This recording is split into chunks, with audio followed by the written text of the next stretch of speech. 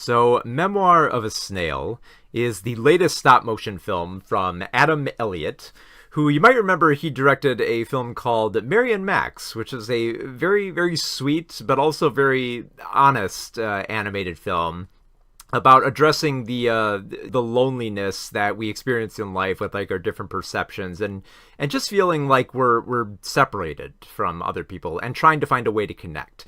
Memoir of a Snail is very much in that same ballpark. Like if you loved Mary and Max, I would definitely say yes, you need to see Memoir of a Snail. But this film, I think, it benefits from being a little bit more blunt and personal and embracing a little bit more of the darkness so that its heart can swell up a lot more.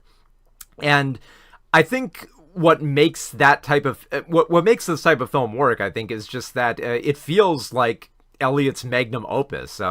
He has said that this is more or less kind of like a representation of his life, and it becomes more apparent as the film goes along. Is this a biographical film about Adam Elliott or someone he knows? And it's like, yeah, it kind of is about Adam Elliott. So the film is about Grace Puddle, funny name, yeah, voiced by Sarah Snook, and Grace has not had a very she's had like moments of joy in her life, but she's also had a lot of darkness as well. And she makes that clear. Like the film opens up with her best friend Pinky, this very old woman, dying. And then soon after her death, Grace is letting her snail go. And as her snail departs, she starts regaling it with the entire story of her life, which is one that's filled with like it's filled with sadness, but also like some small moments of joy that shine a lot brighter. Like she brings up how her father was like a performer, how her mother died during childbirth, but she still, she had her brother Gilbert, voiced by Cody Smith McPhee. And they grew up together just, looking out for each other. Like, Grace would get bullied in school, for, being a little bit more like a squat and pudgy type of girl. But, Gilbert would always come to the rescue. Like if anyone gave her the middle finger, Gilbert would break that middle finger. And they stick together, and they stick by their father, who, their father, he's a performer and he tries to, make his living on that. But when he becomes disabled, he finds that there's not much worth living for in life. But because he still has his children, he tries to make the best of it. And, they have their small moments of joy. Like something like just going on a roller coaster just gives their father that extra bit of freedom that he feels that he couldn't have again.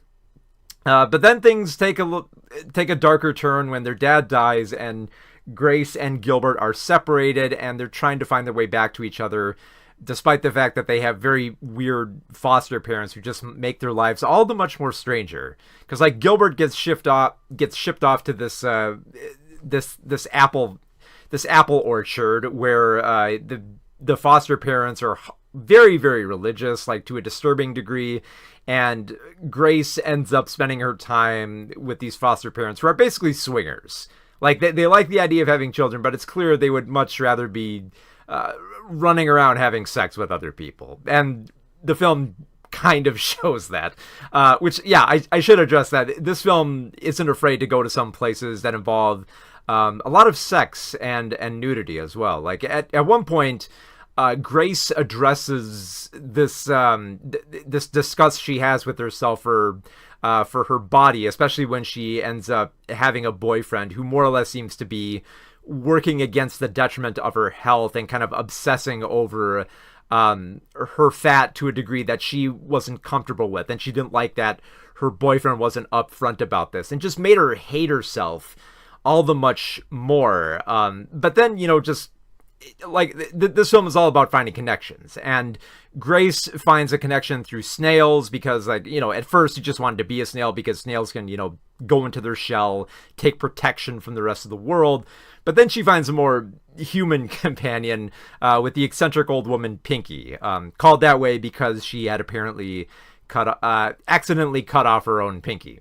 And much like Grace, Pinky has also had a lot of shortcomings in her life. Like she had a lot of men that she loved, but they died in ways that are so bizarre and embarrassing that even though it's very tragic and it's sad that she lost some people in her life, you kind of have to laugh a little bit at it, if only just, to keep going.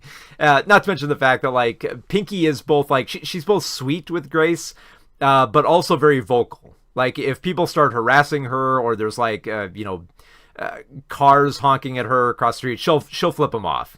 She'll just look right back at them, give them the finger, and call them an asshole. It's the type of old woman you'd want to, when you're growing up in your 20s and 30s, like, you want to have, like, that type of connection with someone who's kind of more or less been where you have, with all the tragedies that you've had in your life, but also someone who's been prepared to face them as well, and just someone to help out with you. And it makes, like, a lot of those sweeter moments in Grace's many narrations here, because the entire film is mostly just, it's narrated by Grace, with some occasional narration by Gilbert when he sends letters off to Grace, and just forming that bond and connection and just weathering the storm through the toughest of times. And they're really tough for Grace. They're so... It's so gut-wrenching, because, like, for every moment where there's, like, this quirky bit of charm within the stop motion of just, like, these like orgies, or just bizarre slapstick, or just taking note of, like, Grace's collection of snails, or Pinky's history of sleeping with celebrities, and being a stripper. Just all these little quirks are fun, and they really feel needed and warranted and balanced in a film where there's a lot of, like, gut-wrenching moments where, like, like, cherished childhood items are destroyed, and it feels like the people you love in your life are all dying around you, and not feeling that you can, like, even just get out of bed in the morning, just approaching all these very depressing moments, and then just kind of, like, easing back into a little bit of, like, life's little wonders, and not even just like the brightest of fun moments, but just small, simple, loving moments that can convince you to live another day, and just get back out of bed, and just realize that there might be something better over the horizon. And I think what works to the benefit of this film is that it's much like in the style of Mary and Max, where it has, like, this grungy look, where the characters are all very big-eyed and squat, which does give it a little bit more, I think, of Elliot's own personal charm, or, like, it looks very distinct. Like, it doesn't look like a Leica animation or Aardman Studio or something like that. It's very much his own style, and also, like, the color palette is very earthy. Like, it's, like I said, very grungy. Like, within, like, the opening shot, the opening shot pretty much just, with the way it's filmed, it looks like a garbage dump. Even though it's mostly just supposed to be Grace's home, which is a bit messy. But I think having that very earthy tone gives the film a very personal quality, as well as making its moments of charm feel much needed. It's like seeing... It's very much like, I think, how my favorite film, The Apartment, was described. Where it's like watching a single flower grow and blossom within a garbage dump.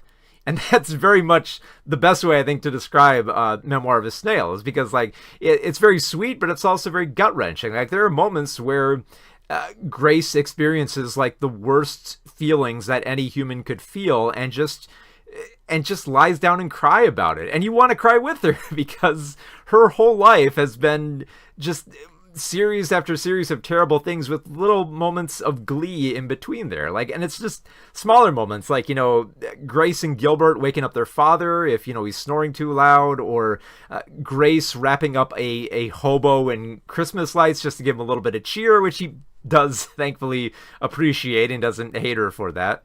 And it all just keeps building, where, you're fascinated to see where Grace will go, and just hope that she has a happy ending, which, if, I don't know how much of a spoiler this is, but there is a bit of a happy ending at the end of this. Not like a super happy ending, or even, like, quite, like, I'd say, like, a bittersweet ending. It just feels like the right way to bring an end to this story, where you feel good after everything that has happened with Grace. And it's very much a film that earns its heart, Much like Barry and Max, where like you get to spend a lot of time with the characters, you get to learn all their quirks and how they interact with their society, and like, you know, what is the environment that has shaped them, and just watching them evolve out of that, and just like weather like the hardest storms, while also finding just, you know, sweet and genuinely funny moments here and there. So it's very effective at what Adam Elliott has done here. And like I said, this is his masterpiece. I think this is the best film that Adam Elliott has made. And the fact that he made it more of a personal story, I think just makes it so much better. And it's easily, I think, one of the best animated films that I've seen this year. So yeah, I loved the hell out of Memoir of a Snail.